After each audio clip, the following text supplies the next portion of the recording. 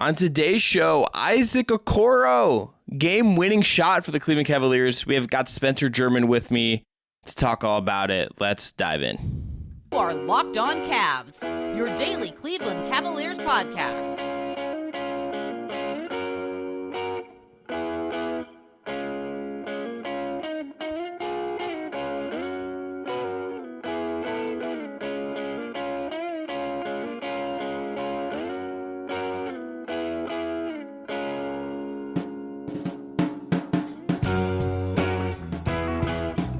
All right, I'm Chris Manning. We've got a special guest today, the one and only Spencer German. You've heard him on 92.3. Spencer, we were texting during this game. A Cavs win, and I was thinking about my notes, thinking about what we were going to talk about. I'm like, it's kind of a sloppy game. I feel, having Spencer on for this one is, a little unfortunate for him. And then Isaac Okoro hits a game-winning shot. Here we are. Is it bad that as soon as the ball hit Okoro's hands, I kind of just shrugged, chuckled to myself, and I was like, well, that's game. I just did not think it was going in. I was like, I don't know how the ball ends up in his hands in a clutch moment like that. I had flashbacks to the LeBron James days where it was like he'd pass it, and I knew as soon as he passed it that if that shot did not fall, that everyone was just going to be living and dying with like ripping LeBron for not taking the last shot of the game. But in this instance, it goes in, so nobody has to criticize Donovan Mitchell or anybody for not being the one, not somebody else for not being the one taking the last shot. But no, yeah, you're right. It was overall a sloppy game, sort of one of those games where I think we've seen it several times from the Cavs this season where they just kind of are going through the motions early, and then late in the game they're kind of like, oh, crap, we should probably pick things up a little bit here, and then they do. And in this instance, they came out on top, so that's the good news. But it was kind of a weird one, and then you get the exciting race to the finish there at the end that made it worthwhile in the end. Let's hit on the Okoro thing, I think, in detail here, because this was like a pure chaos moment. So Donovan Mitchell gets to the free throw line. They get this little mini comeback, and he gets to the free throw line. He misses the second. He misses the tip in. Or so much to the tip in. Caris LeVert ends up with the ball. There's like 5-6 seconds left, and he's up near half court. He has to dribble, and the only person he can find open once he gets past his defender is Isaac Okoro in the corner. Okoro in this moment has no time to do anything else but shoot the basketball. That's all he can do. He can't pass it. Yeah. He can't dribble. He can't do anything. 0.7 seconds left after the shot, Yeah, he had no time. Like, it does anything else, it's going to, he's going to flail and take a bad floater. He's going to commit a turnover. And we're going to be sitting here like, why didn't he just shoot, regardless of the fact that it's Okoro in the corner? Spencer, I look at this shot, and I try not to be someone who makes too much of things. But I look at Okoro in this game. He's 3 of 4 from 3, had some nice drives as well. And he takes the shot under pressure, takes it calmly, takes it comfortably.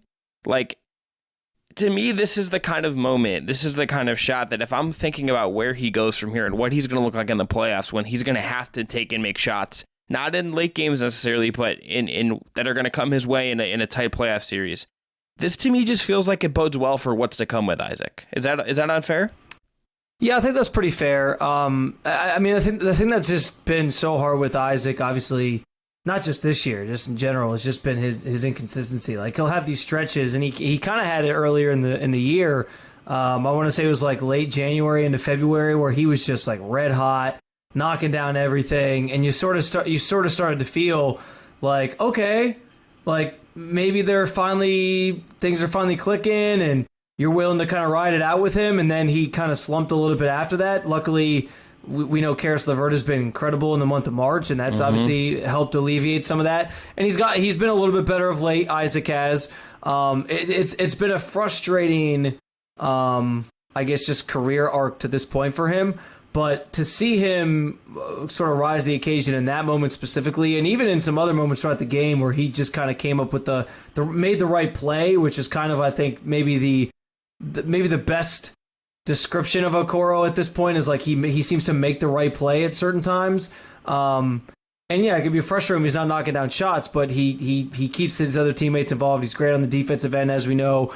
I think that goes a long way into just in general what we've seen from this team sort of down the stretch here, which is hopefully the role players, the Isaac Okoros, the Karis LeVerts, other guys off the bench, are all sort of getting this thing going at the right time, and that this leads into them hopefully having success in the playoffs. That's the hope, and it does feel like it's kind of resonating across the team. Karis LeVert maybe sort of started it here in the month of March, but the bench has picked it up. Bench scoring has been on the rise the last month, and if you can get Okoro sort of into the mix as well, contributing where he's able to, I think that just goes a long way for this team finally realizing its potential with some of the guys that we thought maybe were going to give them depth, and that hasn't necessarily been true until maybe later in the season. Yeah, and I think Okoro's a guy like the team seems to like have a lot of appreciation for and like really likes on like a personal level. Like I think there's an investment in that locker room in him succeeding. Like I watching the post game, just the amount of water that was dumped on his head by like every member of the team was that stuff is notable to me. Like that little stuff, I think doesn't matter. I'm curious to like read some of the post game stuff. Spencer, the other thing from this game that I think's in doubt is that I felt the Cavs were not sharp. Sloppy is maybe not the right word because like turnover wise, it really wasn't a game where they had like a ton of turnovers. Just the turnovers it did have got turned into a bunch of points. But they didn't feel sharp. Like Darius Garland was like, it was one of the least kind of like composed games that we've seen him play. Like, you know, I thought Mobley and Allen were both very effortful, and those guys kind of dictated a lot of it for Cleveland. Mitchell had his moments, but like this was a game where the Cavs like didn't feel sharp. And because it is late March, because we are so close to the end of the regular season, I find myself not really caring too much about that. You know what's kind of interesting from my perspective was, Darius Garland obviously struggled. He was 25% from the floor, 4-16. Just not a good night for him, but he found other ways to be impactful. He had 8 assists tonight, and I kind of wondered to myself late in the game, noticing that Garland hadn't played very well and that Mitchell and Mobley were kind of the guys dictating the offense to your point. It kind of felt like maybe this is one of those games that is a sort of symbolic of how this Cavs team will operate more often as Mobley continues to develop, if that makes sense. Like the idea here was that you traded for Donovan Mitchell, you add him into the mix, but that Mobley was just going to keep ascending and ascending and ascending, and everybody keeps saying at some point he takes the torch from Mitchell as the most important player on this team and on the offensive end, and then Mitchell's just kind of a secondary sort of complement to him, and they can kind of go with each other. And I think that can be okay. Like if Garland has Garland having a bad night, the byproduct of that ended up being that he sort of had to sit back and just facilitate a little bit more and find other ways to be impactful and get other guys involved. And I think that's okay. Like this almost felt like a game that was kind of looking towards the future of like, yeah, Garland maybe at some point is going to have to concede some shots and is going to have to concede, the scoring. Not all the time. There might be some nights where he's like really on and he's knocking down everything. But on a night like tonight, he wasn't. And he was okay stepping back into that role and letting Mobley and Mitchell really feast and be the ones running the offense. And it worked out. You would have liked to see maybe that. You would like to see a little bit more from Garland, especially early on. And I think from this team just early on energy-wise. But to see that kind of play out, I think was an interesting thing that I just kind of picked up on. Yeah, I think that's dead on. And I think the energy thing, it's like, I think you get to the playoffs, that's the kind of thing that just like probably can't happen in a playoff game. That's been Chris. That's been like one of my biggest concerns all year, though, and one of my biggest gripes with this team. And I hope you're right. Like I hope they get to the playoffs and it just kind of clicks. Like guys, we can't walk through the first half anymore. But that's been a problem. Yeah. And JB, I mean, listen, you go to pretty much all the home games. He hates it. It drives him nuts. There's been games where they've won by like 10. After a slow start, and he's just mad because they didn't play well out of the gate. So it's like they got to get it. They got to get past that. They have to. Yeah, I tend to think it's like a regular season malaise thing. Like they had a game where they played really bad, like sometime in February, and I was like, I don't think really good teams do this. Yeah, and like I got some like pushback from people I mentioned, but I've been thinking about it, and it's just like the 82-game regular season just like leads to like a lot of wonkiness, and sometimes I think like you just have some nights where like, hey, like, we've been on the road, we're tired, like our seed's kind of like locked up. Like the Cavs are, I'm sure aware that like they're pretty much locked into the 4 seed at this point. Like they're like, okay, like, you know what, we don't need to like totally bust ourselves the rest of the way. I don't know if that creeps in, but I think it might. All right. Today's episode is brought to you by Nissan, and we're bringing you Nissan's most electric player of the week, and is brought to you by the all-new, all-electric 2023 Nissan Ariya. This might be prisoner of the moment kind of thing, because he just hit this big electric shot. He just had a kind of establishing himself performance in some ways, but we're going to give this player of the week award to Isaac Okoro. He was just kind of powerful in this moment. He's a strong, capable defender. He is giving you this two-way wing play now that you really need if you're Cleveland. And something else that is great is the 2023 Nissan Ariya. It is this amazing electric vehicle from Nissan. It is brilliantly fierce, fiercely elegant. It is delivering on duality, a combination of fierceness and elegance, beautiful but strong. The 2023 Nissan Ariya packs pin-to-your-seat power and premium intelligence all in one EV. The all-new, all-electric 2023 Nissan Ariya. The EV for people who love to drive. Shop now at nissanusa.com. All right, let's go into game awards. Spencer, I'm going to give you first. Who's your MVP from Cavs Nets? I think there's a couple good options here, and I don't want to steal your thunder. Mobley's obviously a great one. Mitchell, once again, just classic Donovan Mitchell performance, right? He goes for over 30 like he tends to do, and was very efficient from the floor, 47%. I feel like, though, Mitchell has been so good all season, it's almost like a cop-out to take him. So I'm just gonna go with Okoro. Maybe I don't know. Maybe both these answers. No, that's the right. I have not changed it on our doc, but it's like the guy hit the game-winning shot. I don't know what else we're supposed to do here. I was gonna say maybe both of those are a cop-out because Mitchell could literally be the MVP every single night. But yeah, I think it's got to be Okoro. When you hit a game winner in that moment, especially when guys like me sitting on my couch at home think you have no shot at actually knocking it down. I'm getting called a hater on social media for it afterwards. I think you rose to the occasion enough to be the MVP. I do want to just talk about Mobley for a second, because something that impresses me about him in games like this is that even when the team is not exactly like functioning well and like things are just like a little bit off, this guy just never kind of stops trying to assert himself. He is going for putbacks. The second quarter, he had 10 points and just kind of dominated the inside of the paint. He's blocking shots casually. His motor shows up in ways that, like, I think maybe the motor shows up when he is making plays and putting in maximum effort all the time. That's what he does. But it also just kind of shows up that he's engaged all the time. Like, even in games where it's close, but they're not playing well, and you could see other players drifted in and out of the game. He's never drifting out of what is happening. And like they don't win this game or aren't close in this game late if Mobley, is not doing some of that, I think, for much of this game. No, 100%. I mean, you and I have had conversations off air about Mobley and just his development, and how I think sometimes people have a hard time sort of seeing the forest through the trees. They jump to the box score and they're like, oh, well, he's not leading the team in scoring, or he only scored 16 points tonight, and it wasn't this dominant. It's easy to glance at Donovan Mitchell's stats and be like, oh, 30 plus points, like that's an NBA star right there.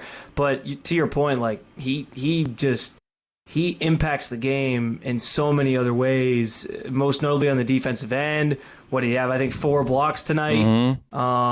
He had a career high in points for a double-double. Or no, he had a career high. He set a new career high for double-doubles in his career as well. Let me read his stat line, because like it's kind of like, because of what Okoro did, we didn't even like. Here's Evan Mobley's stat line in this game. This is 40 minutes, basically 2 seconds shy of 40 minutes. I'm going to round up, give him 40 minutes, okay? 26 points on 11 of 18 from the field. That is 11 of 17 on twos. He took 1 3, missed it. 4 of 6 from the line. 16 boards, 11 defensive rebounds, 5 offensive rebounds. Had 3 assists, only 1 foul, a steal, and 4 block shots. I mean, that's superstar stuff, Spencer. That is like two-way defensive monster stuff. That is a guy that is just like ascending to being a very, very, very, very good player. This guy is just like, I feel like every time I do a pod or I want to write about something and think about this Cavs team, I go back to Mobley, because I think he's just developing right in front of our eyes, and like we're headed towards a Mobley playoff breakout, I think, if he's going to do stuff like this. Oh, and I mean, I think that's going to have to probably happen again in the playoffs, that the Cavs are going to make any sort of run.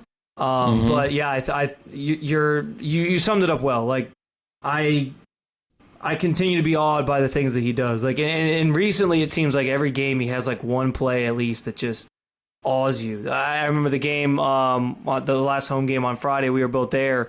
There was like a block shot that he made where he went from just like one side of the key completely to the other, did like a whole circle, and then blocked a shot. It was just like, I don't know how he does some of these things that he does, and I do hope that people are picking up on the fact that, yeah, offense is coming still. There's some development to be had, but his impact on the defensive end that then also leads to an uptick, especially recently on the offensive end, it's coming together for him. And the sky's certainly the limit. And kind of notably, they gave him some reps in this game. They're not always pretty, but he got a fair amount of offensive reps in this game, which felt notable. Okay, stat of the night. We'll go through these quickly. Spencer, I got 20 Nets points off of the Cavs turnovers. The Cavs didn't even have a bad turnover night, but this game, I think Brooklyn had a lot of control over this game because of their three-point shot making, their pace, and also just because of the fact that every Cavs turnover, it felt like they capitalized on. What's your stat of the night? Yeah, my stat of the night is that the Cavs had 24 assists on 42 buckets that they made from the floor. I noticed that about them in that game against the Wizards, the win over the Wizards last week, where they're just it's to me just showing that not only are guys contributing from all through the roster, whether it's off the bench or the starting lineup, but just the fact that they're unselfish, and I think that's going to matter for them come postseason time. That they all they all trust each other, they all are able to rely on each other, and they're not afraid to share the basketball. It doesn't have to just be one guy or two guys.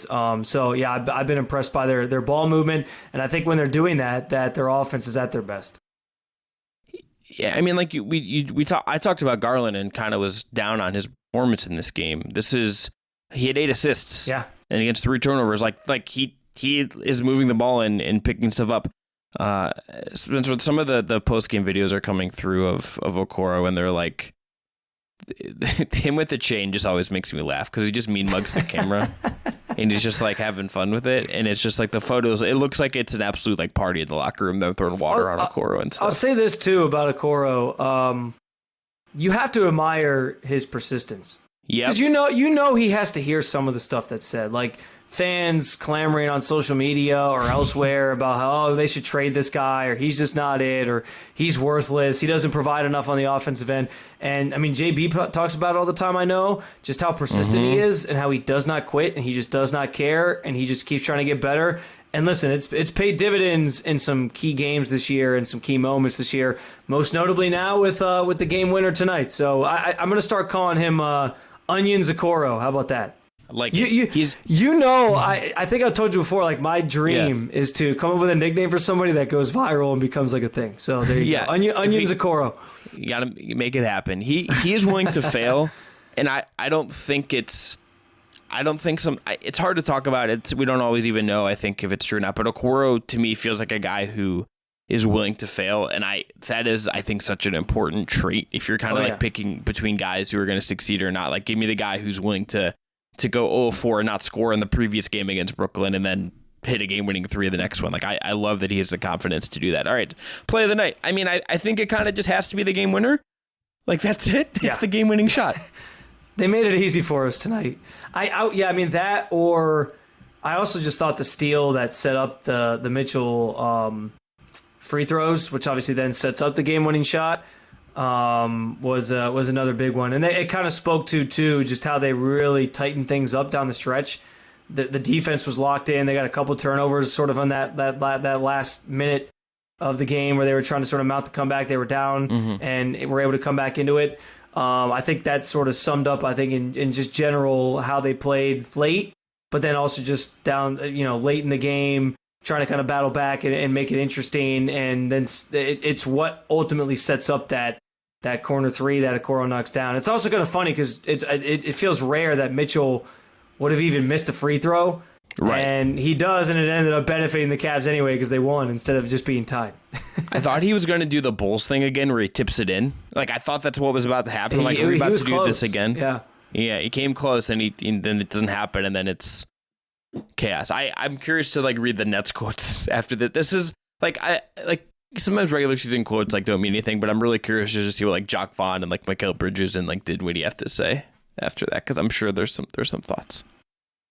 Oh, I'm sure. Right. Yeah, they'll have something to say about it. Yeah. All right, we're gonna wrap up today. Miscellaneous thoughts over these two games, Spencer. Here's the thing that I think stood out to me more than anything else.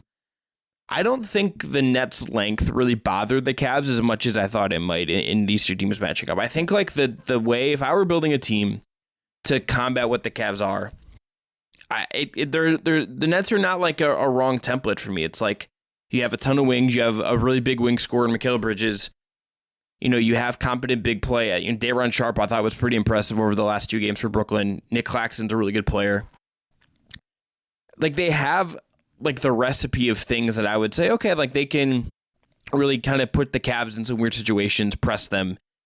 And aside from, like, early in the first game, where, like, you could see Darius Garland and Donovan kind of, like, navigating the length and figuring it out, I did not feel as if the length of Brooklyn like really bothered the Cavs as much as I thought it might. And I when there was those quotes, Chris Fedor had this that like the Cavs internally like want the Nets in the playoffs and all that stuff. I thought that was such a silly. I mean, and there's no offense to Chris. Like, that's fine if his sources are sharing that with him and he's going to report what he's going to report. Like he's on the beat. Like if someone tells you that, like that's newsworthy. I have no problem with him breaking it. It just seemed like such a silly thing for like anybody to even like put out there, because I think we all kind of assume that. Like we just like look like read the room, right? Like obviously you'd rather play the Nets, who were this super talented team with the 2 superstar players on it, and now they had to kind of blow it up, and they just have a bunch of role players all playing together at this point. Like, nobody's surprised by the Cavs internally wanting to play the Nets. Like, I just thought it was kind of okay. Well, and even that was kind of right.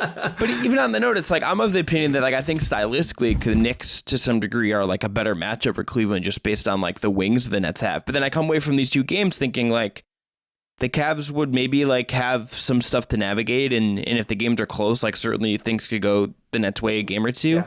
But the Cavs win that series in 5 or 6. Like that's how I come away feeling about this if these 2 teams did play.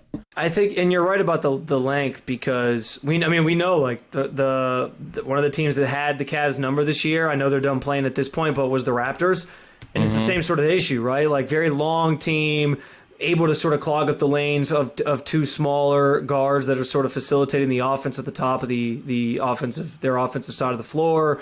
And so, to your point, the Knicks present a challenge in that way as well, but it seemed like they were able to navigate it a little bit better. And maybe that's where, if you're looking for growth, maybe that's an area that we've seen them grow a little bit is, we've struggled with teams that were longer against us this season, but we've kind of found some ways to, workarounds to be able to create and still have a successful game plan and offense around that. So I think that's a nice little thing. The one sort of miscellaneous thought I was going to have, because this is where my mind goes after pretty much all these games now down the stretch, knowing where the Sixers are at with the James Harden injury. Do we think that Cleveland has a chance to potentially catch the Sixers, and then that would change sort of the math on, then they would be playing the Nets most likely if the Nets stay in that 6th spot. It's just interesting where like the Cavs schedule, like they play the Rockets next, for example, as we know. Yeah. And then their hardest game obviously is the Knicks, but the Sixers, they play the Warriors tomorrow, and then they have a gauntlet where they play the Suns, the Nuggets, the Mavericks. They still have to play the Bucks. They still have to play the Celtics. They still have to play the Heat. You think there's a shot here that, given the schedules that remain, that and without James Harden sort of in the lineup for Philly, that the Cavs could maybe get to that 3 spot? I mean, it's possible. I mean, you look at the rest of the schedules. The Cavs have the easy schedule in the rest of the way. By winning percentage, the remaining opponents in their last 7 games have a winning percentage of 41.5. Like it's really bad. The Knicks also have a very easy schedule over that stretch. Which, by the way, it's kind of ironic that the last tough game they have is against the Knicks, because that's the team that you ultimately could see in the first round. Everyone's going to have their eyes on that one for sure.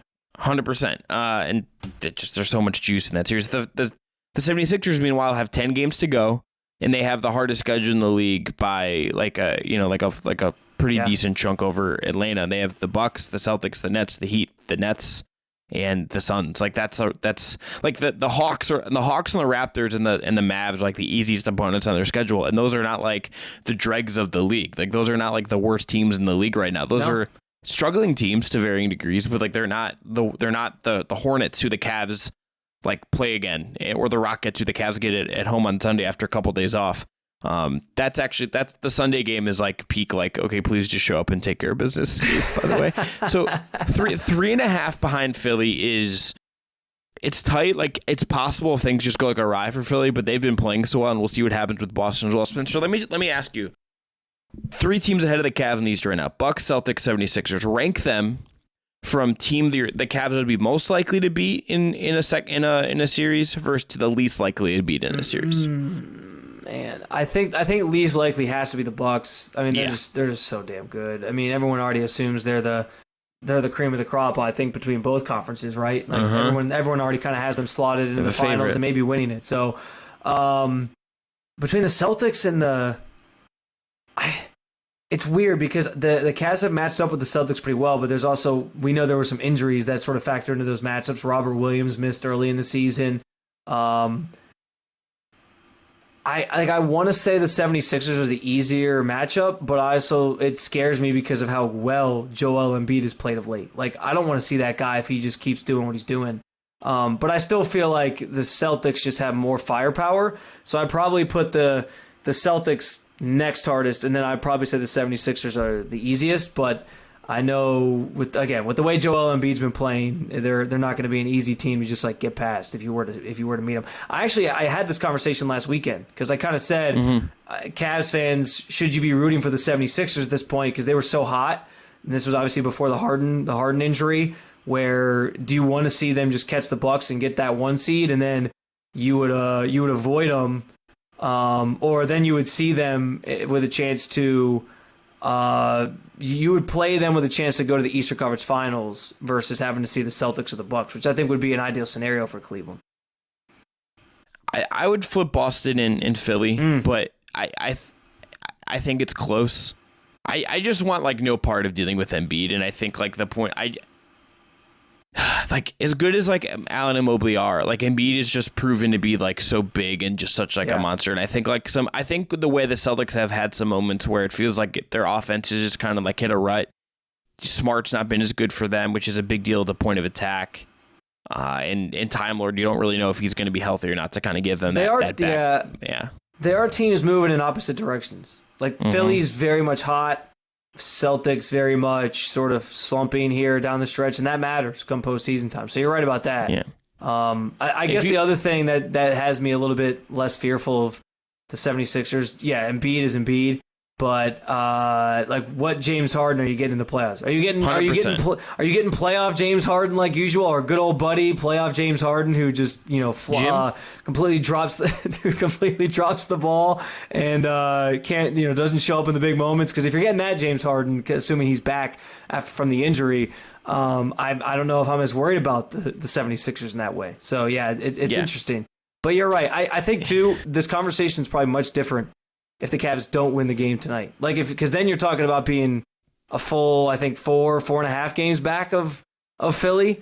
And then you'd be a full 4 back. Yeah, with 10 to go for them and only 7 to go for you, that makes it a lot harder to close that gap. So I think the fact that you get this game-winning shot from Okoro at least keeps that as a conversation we can have. Yeah, I don't know if they can pull it off. I don't know if they will. The odds are unlikely that they will. But if they could, and you could have, like, if you want a key to a Cavs postseason run, to me, if you want to say, how can they make the Eastern Conference Finals? Avoid the Bucks. It's avoiding the Bucks. It is not being the 4 seed and getting to 3 somehow by hook or by crook, and then not having to play Giannis in round 2 because no part of that. And then if you were to jump them and say like because Philly's playing so well, if they push the Bucks somehow to like the brink of like a 6 or 7 game series, you're talking about the best path for the Cavs, right? Like, then you got to look ahead to like whoever you face from that series next. If you were to beat the Celtics, then assuming the Celtics would win as well, then you want that to be a long series so that they're a little bit more worn down. So you're definitely right about that. Yeah. Any final thoughts, Spencer? Any final Cavs Nets things you want to hit on before we get out of here? No, I mean, fun game. Sort of a like we alluded to, a dud of a game that ended up sort of being a gem in the end with the game winner from Okoro. So all's well that ends well. Hopefully the Cavs keep playing well here down the stretch, because if they do, I think it'll certainly ramp up some of the expectations that people have going into the postseason about how far this team can go. Yeah, thanks again for coming through. Really appreciate everyone. Give him a follow on Twitter. It's at Spencito _ on there. Check him out on 93. Spencer, when are you hosting next on 92.3? I'm actually on Friday night. Okay. Tune in. I'm filling in 7 to midnight, and then I'll be back for my normal slot on Sundays from 10 to 2. That's normally where you can find me at least once a week, is Sundays 10 to 2. So yeah, there you go, everybody. Appreciate it. Thanks. And yeah, and also, I'm happy to come on anytime, man. Absolutely. You know, I bring you on a bunch. I bring Evan on a bunch. I appreciate what you guys do, and I appreciate you guys coming on with me. So anytime you're looking for somebody, I'm happy to do it. Spencer, literally anytime you want, you hit the text, you hit me and Evan up. You're just like, I'm coming on the pod, and I'll be like, I got something I really need to talk about after tonight. You're I'll let you know. He's like, I really have just strong Howell Neto takes. I just want to talk about how we added Tony to his name, and we haven't. Anytime I come up with a new nickname for a player, I'm gonna come on just so I can try to get it trending here. Yeah, we'll do Spencer's nickname corner, and it's just he shows up once a week with a new nickname. But we'll be back on Monday. Thanks again to Spencer for coming through. Evan should be back by then. The Cavs do play the Rockets on Sunday, so we'll talk about that. I can't imagine that's, I'm perhaps cursing myself, but that doesn't figure to be a very eventful basketball game. But until then, I'm Chris. That was Spencer. Thanks again to Jake Stevens for producing. Thanks again to Nissan for sponsoring. And thanks again to you, the listener, for tuning in. Talk to you on Monday.